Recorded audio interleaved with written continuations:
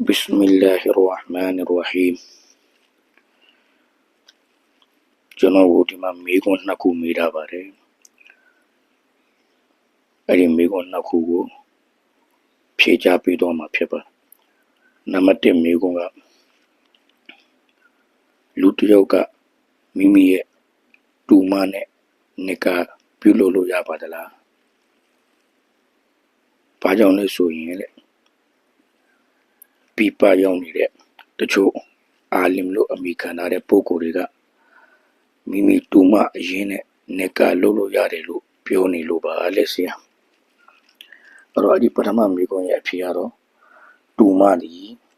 နှစ်မျိုးရှိတယ်တစ်ခုကတော့တူမအရင်နောက်တစ်ခုကတော့တူမတဝမ်းခွဲနှစ်ဝမ်းခွဲတူမအရင်မှာပြန်ပြီးတော့နှစ်မျိုးရှိတယ်တစ်မျိုးကမိမိအကိုတွေညီတွေကနေမွေးလာတဲ့သမီးတွေနောက်တစ်မျိုးကမိမိရဲ့အမညီမတွေကနေ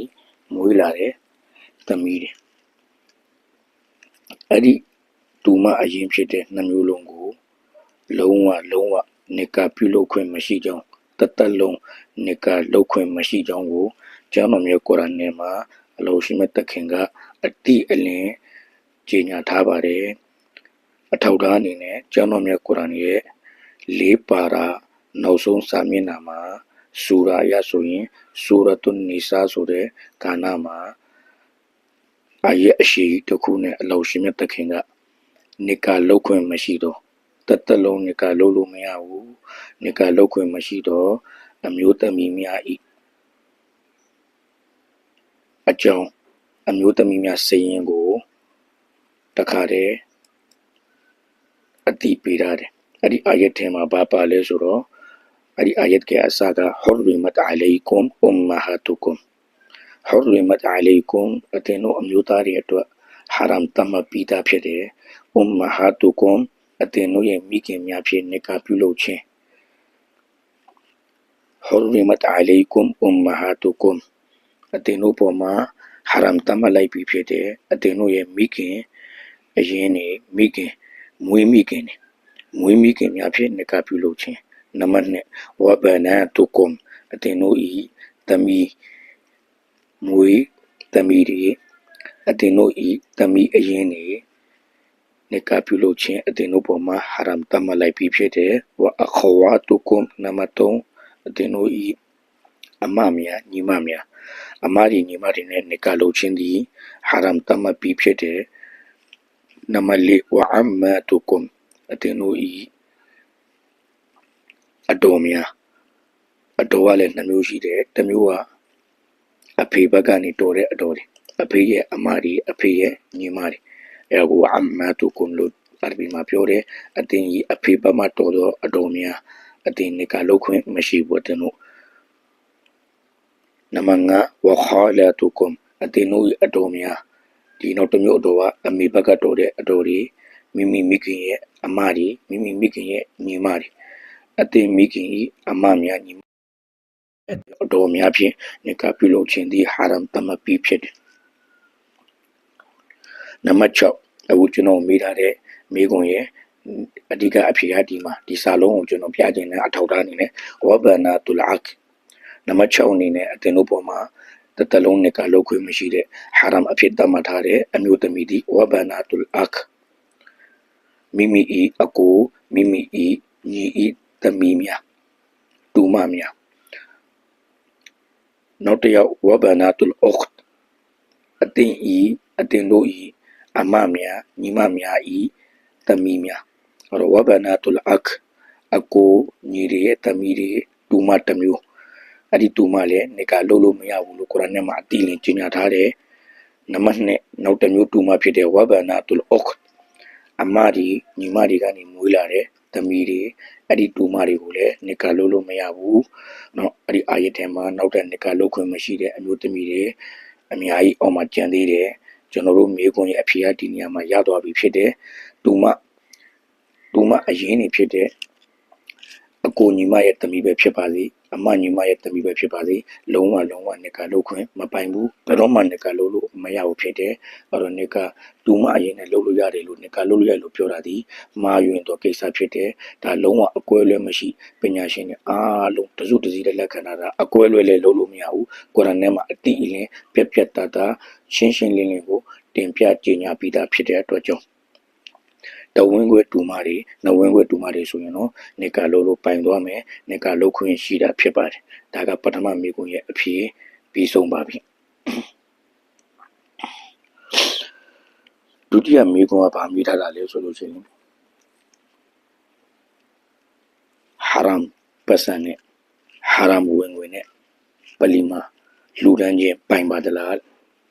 လူတယောက်မှာဝင်ငွေရှိတယ်သူရဲ့ဝင်ငွေကဟာရမ်ဝင်ငွေဖြစ်နေတယ်အဲ့ဒီလိုဟာရမ်ဝင်ငွေနဲ့ပလီမာလူတန်းခွင့်ပိုင်ပါသလားလူလို့ရပါသလားသူရဲ့လူအလူကိုပလီမာလက်ခံခွင့်ရှိပါသလားလူတဲ့လူကိုလူချင်းပိုင်ပါသလားနောက်တစ်ခုဒါလည်းမိရတဲ့သူကဟာရမ်ပဲတည်တတ်မဟုတ်ဘူးသူရဲ့ဝင်ငွေကဟာလာလ်ပုံစံနဲ့လည်းရှိတယ်ဟာရမ်ပုံစံနဲ့လည်းရှိတယ်ဥပမာနဲ့သူမှာလုပ်ငန်းနှစ်ခုရှိနေတယ်လုပ်ငန်းတစ်ခုကတော့သာသနာကခွင့်ပြုထားတဲ့ဟာလာလ်ပုံစံနဲ့ပြုပိုင်တဲ့အလုပ်ဖြစ်တယ်အဲ့ဒီရတဲ့ဝင်ငွေလည်းသူ့မှာရှိတယ်နောက်လုပ်ငန်းတစ်ခုကတော့သာသနာကမပိုင်ဘူးလို့သတ်မှတ်ထားတဲ့တားမြစ်ထားတဲ့မလုပ်ကမဲ့ပုံစံနဲ့သူလုပ်ပြီးတော့ဝင်ငွေရနေတာလည်းရှိတယ်အဲ့တော့သူ့မှာဟာလာလ်လည်းရှိနေမယ်ဝင်ငွေကဟာရမ်လည်းရှိနေတယ်ဆိုရင်အဲ့ဒီလူရဲ့ပတ်စံကိုပလီမာလာလူရင်လက်ခံဝင်ရှိပါသလားပလီမာအလူလက်ခံပြီးပလီတော့တုံးဆွဲလို့ရပါသလားဒါနဲ့ပတ်သက်ပြီးအတူချုံလိုတိုရှင်းလေးပဲရှင်းပြမယ်ဆိုရင်လူတယောက်ရဲ့ဝင်ငွေက3ပုံစံရှိတယ်နံပါတ်1ကတော့သူရဲ့ဝင်ငွေအစဆုံးအလုံးလုံးကယုံကြည်စိတ်ချရတဲ့ဟာလာလ်ပုံစံနဲ့အဲဆိုရင်တော့သူရဲ့ဟာလာလ်ပတ်စံကိုကောင်းတဲ့မိသည့်နေရာမှာမဆိုအလ္လာဟ်နှစ်သက်တဲ့ကောင်းတဲ့နေရာမိသည့်နေရာမှာမဆိုတုံးဆွဲခွင့်ရှိပါတယ်တုံးတာကိုလက်ခံလို့ရပါတယ်ပလီမာလှူတာတို့ကျောင်းတွေမှာလှူတာတို့နောက်အလ္လာဟ်နှစ်သက်မဲ့အလ္လာဟ်ကြိုက်တင်တဲ့နေရာတွေအားလုံးမှာလှူခွင့်ရှိတယ်နောက်တစ်မျိုးကကျတော့သူရဲ့ပတ်စံဒီလုံးဝဟာရမ်ပဲသူရဲ့ဝင်ငွေအားလုံးကအစအဆုံးဟာရမ်ပဲသူရဲ့စီးပွားရေးဒီဟာရမ်စီးပွားရေးပဲဖြစ်တယ်သူရဲ့ဝင်ငွေပုံစံဒီဟာရမ်ဝင်ငွေပုံစံပဲရှိတယ်ဥပမာအနေနဲ့သူဒီလောင်းကစားလုပ်တယ်လောင်းကစားတိုင်ဖင်ထားတယ်အဲ့ဒီကနေရလာတဲ့သူရဲ့ဝင်ငွေဒီတစ်မျိုးပဲသူ့မှာရှိတယ်ပေါ့ဥပမာတစ်ခုပြောပြတာပေါ့နော်အဲ့လိုဆိုရင်သူရဲ့ဝင်ငွေအားလုံးဒီဟာရမ်ပဲဆိုရင်အဲ့ဒီဟာရမ်ပတ်စံဒီပလီမှာလုံးဝလှူခွင့်မရှိပါအစောက်အောင်စောက်တဲ့နေရာမှာလည်းလှူလို့မရဘူးပန်ကားတွေမီးတွေအေယာကွန်တွေထဲတဲ့နေရာမှာလည်းကိုယ်စောခင်းတဲ့နေရာမှာနောက်ဆုံးအဆုံးအိမ်နာစောက်တဲ့နေရာမှာပလီရဲ့အိမ်နာစောက်တဲ့နေရာမှာလည်းလှူခွင့်မရှိပါဘူး။ဘာကြောင့်လဲဆိုရင်အလ္လာဟ်နှစ်သက်တဲ့အလ္လာဟ်ရဲ့အိမ်တော်ဖြစ်တဲ့ပလီနောက်အခြားသောကောင်းတဲ့နေရာတွေမှာဟာရမ်ပတ်စံကိုလုံးဝလှူခွင့်မရှိဘူး။လှူမယ်ဆိုရင်ဆာဝပ်လည်းမရဘူး။အလှူကိုလက်ခံပေးတဲ့လူတွေတိတိကျကျနဲ့ဒါဟာရမ်ပတ်စံမှန်တည်တယ်လက်ခံရင်ပလီရဲ့တာဝန်ခံတွေသူတို့ပေါ်မှာလည်းအပြစ်တိုင်း။ဘာကြောင့်လဲဆိုရင်ဟာဒီသ်တော်မှာတမန်တော်မြတ်ကြီးဆလ္လာလာလဟ်ဝါဆလမ်ကကြေညာခဲ့ပြီးဖြစ်တဲ့အင်နလ္လာဟ်တယီဘွန်ဧကမုတ်ချအလောရှိမြတ်ဒီအမတန်တန်ပြန်စင်ကြယ်တော်မူသောအရှင်ဖြစ်တဲ့လာယကဘလူအီလာတယီဘန်အဲ့ဒီအတွက်ကြောင့်အလ္လာဟ်ဒီတန်ပြန်သောပစ္စည်းဥစ္စာတွေကိုပဲမိမိအတွက်သုံးဆွဲခြင်းမိမိအတွက်လှူဒန်းခြင်းမိမိရဲ့လမ်းမှာအသုံးပြုခြင်းကိုလက်ခံမှာဖြစ်တဲ့မတန်ပြန်တဲ့ပစ္စည်းဥစ္စာတွေကိုလုံးဝလက်ခံလိမ့်မည်မဟုတ်ပါလောရှိမြတ်ကအင်မတန်တန်ပြန်စင်ကြယ်တော်မူသောအတွက်ကြောင့်အလောရှိမြတ်လက်ခံမဲ့ဥစ္စာပစ္စည်းတွေအလ္လာဟ်လက်မှာလူရဲ့အလူတန်းတွေကိုလည်းတန်ပြန်ဖို့အရေးကြီးတယ်တို့မှသာရင်အလ္လာဟ်ကလက်ခံမယ်အကေမတန်ပြန်တဲ့ပစ္စည်းတွေမတန်ပြန်တဲ့ပတ်စံတွေဆိုရင်အလောရှိမြတ်ကလုံးဝလက်ခံပြီးမဟုတ်ပါလို့တမန်တော်မြတ်ကြီးဆလ္လာလာဟ်အလိုင်ဝါဆလမ်ကအွမ်မတ်ကိုတတိပေးခဲ့တယ်ဆိုဩခဲ့အဲ့ဒီတော့ကြောင့်လူတစ်ယောက်ရဲ့ဝင်ငွေဒီအားလုံးအစဆုံးဟာရမ်ဆိုလို့ရှိရင်သူရဲ့အဲ့ဒီဟာရမ်ပတ်စံဒီပလီမှာလုံးဝလှူခွင့်မရှိပါပလီမှာလှူခွင့်မရှိလို့လှူတဲ့အဖြစ်တိုင်းမယ်ဆာဝပ်မရတဲ့ပြင်ကိုတူမရတဲ့ပြင်ငရဲကြည့်မယ်တိချင်းနဲ့ပလီရဲ့တာဝန်ခံတွေဂောဘကတွေလူကြီးတွေမုတဝလီတွေအဲ့ဒီပတ်စံကိုလက်ခံနေဆိုရင်လေသူတို့ပုံမှာပါအဖြစ်တိုင်းမှာဖြစ်တယ်အထောက်ထားအနေနဲ့တကယ်ကြီးကျယ်တဲ့သမတ်ကျမ်းကြီးတွေဖြစ်တဲ့အချို့ကျမ်းတွေမှာရေးထားတယ်လာယဂျူဇ်တဆဒ္ဒုဘီလ်မာလ်ဟာရမ်ဟာရမ်ပတ်စံဖြစ်အလူတန်းလုပ်ခြင်းသည်လုံးဝမပိုင်ပါဘူးဘလီယဂျီဘူရတ်တူအီလာဆွာဟီဘီတိုတာမကဒီဟာရမ်ပတ်စံကိုမဟုတ်တဲ့ပုံစံနဲ့ဟာရမ်ပုံစံနဲ့ယူလာပြီးဆိုရင်အဲ့ဒီလူပရုရှန်ဒီပတ်စံကိုသူယူခဲ့လေအဲ့ဒီလူရှိကိုပြန်ပေးဖို့တာလည်းသူ့မှာဝါဂျစ်တာဝန်ဖြစ်တဲ့အလ္လာဟ်နှစ်သက်တဲ့နေရာတွေမှာလူခွင့်မရှိဘူးအထူးသဖြင့်ပလီလိုတန့်ပြန့်တဲ့အလ္လာဟ်ရဲ့အိမ်တော်မှာလုံးဝလူခွင့်မရှိဘူး အဲ့ဒီအလူကိုတာဝန်ခံနေဖြစ်တဲ့ပလီရဲ့ပတ်စံအလူခံသမားတွေလည်းလူတာဟာရမန်တီးရဆိုရင်လက်ခံဝင်မရှိတဲ့အကြောင်းကိုလည်းဖတ်တော်ကျမ်းနေမှာရေးထားတယ်ကိုရီဟာအခဇူမာလီမန်ဟာရမ်ဖြစ်ပါတယ်မကရူတာရီမီဖြစ်ပါတယ်အခဇူမာလီမန်ထိုသူဤဥစ္စာပစ္စည်းပတ်စံကိုလက်ခံခြင်းယအလမူအန်နမာလဟူဟလာမွန်ဘရူရဲ့ဥစ္စာပစ္စည်းလဲဆိုရင်အကျဉ်သူရဲ့ဥစ္စာပစ္စည်းဒီပတ်စံဒီဟာရမ်ဖြစ်တာကိုသိနေတယ်ဘယ်သူကသူ့ရဲ့ဝင်ငွေဟာရမ်ဆိုတာကိုသိထားလဲအဲ့ဒီလူလာလူတဲ့အလူငွေကိုလက်ခံရယူခြင်းဒီလေမကရူတာရီမီဟာရမ်ဖြစ်ပါတယ်ဂုဏဖြစ်ပါတယ်နောက်ဆုံးတပုံစံမဲ့ကြံတော့တယ်အကယ်၍လူတစ်ယောက်ကဟာလာလဝင်ငွေလည်းရှိတယ်ဟာရမ်ဝင်ငွေလည်းရှိတယ်ဆိုရင်သူ့ရဲ့အလူပတ်စံကိုပလီမာလက်ခံလို့ရလားတုံးလို့ရလားမရဘူးလားအဲ့ဒီမှာကျွန်တော်တို့ပုံစံဘယ်လိုရှိမလဲဆိုလို့ရှိရင်နှစ်ပုံစံဖြစ်နိုင်တယ်တပုံစံကကြတော့သူ့ရဲ့ဟာလာလဝင်ငွေနဲ့ဟာရမ်ဝင်ငွေမှာဟာလာလဝင်ငွေကများမယ်ဟာရမ်ဝင်ငွေကနည်းမယ်ဥပမာဆိုပါစို့သူ့ရဲ့တစ်လောက်ဝင်ငွေပတ်စံက320ရှိမယ်အဲ့ဒီမှာ15သိန်းကဟာလာစီးပွားရေးကနေရလာတဲ့အမြတ်9သိန်းကဟာရမ်စီးပွားရေးကနေရလာတဲ့အမြတ်အဲ့လိုမျိုးဟာလာလကပုံများနေတယ်ဟာရမ်ကနည်းနေတယ်ဆိုလို့ရှိရင်သူ့ရဲ့ဟာလာလို့သူယုံကြည်စိတ်ချရတဲ့အတိုင်းတာအမောက်ထဲကနေပလီမှာလှူမယ်ဆိုရင်တော့လှူလို့ရတယ်အခုနကကျွန်တော်ပြခဲ့တဲ့ဥပမာဆိုရင်သူ့ရဲ့တစ်လောက်ဝင်ငွေမှာ320မှာ15သိန်းကဟာလာပုံစံနဲ့သူမှန်မှန်ကန်ကန်သာသနာကခွင့်ပြုတဲ့ပုံစံနဲ့လုပ်ပြီးရလာတဲ့ပတ်စံနောက်9သိန်းကတော့သာသနာကခွင့်မပြုတဲ့ဟာရမ်လုပ်ငန်းနဲ့ရလာတဲ့ပတ်စံအဲ့တော့15သိန်းကတော့ဟာလာတေချာပေါက်ယုံကြည်စိတ်ချရတယ်ဆိုရင်အဲ့ဒီ15သိန်းပတ်စံနဲ့ကနေသူလှူမယ်ဆိုရင်တော့သူ့ရဲ့လှူဒန်းခြင်းအထမြောက်တယ်ပလီရဲ့တာဝန်ခံတွေလည်းအဲ့ဒီအလှူကိုလက်ခံလို့ရတယ်9သိန်းဟာရမ်9သိန်းနဲ့ကနေတော့လုံးဝလှူလို့ရမှာမဟုတ်ပါအဲ့ဒါတပုံစံနောက်တပုံစံကအကယ်၍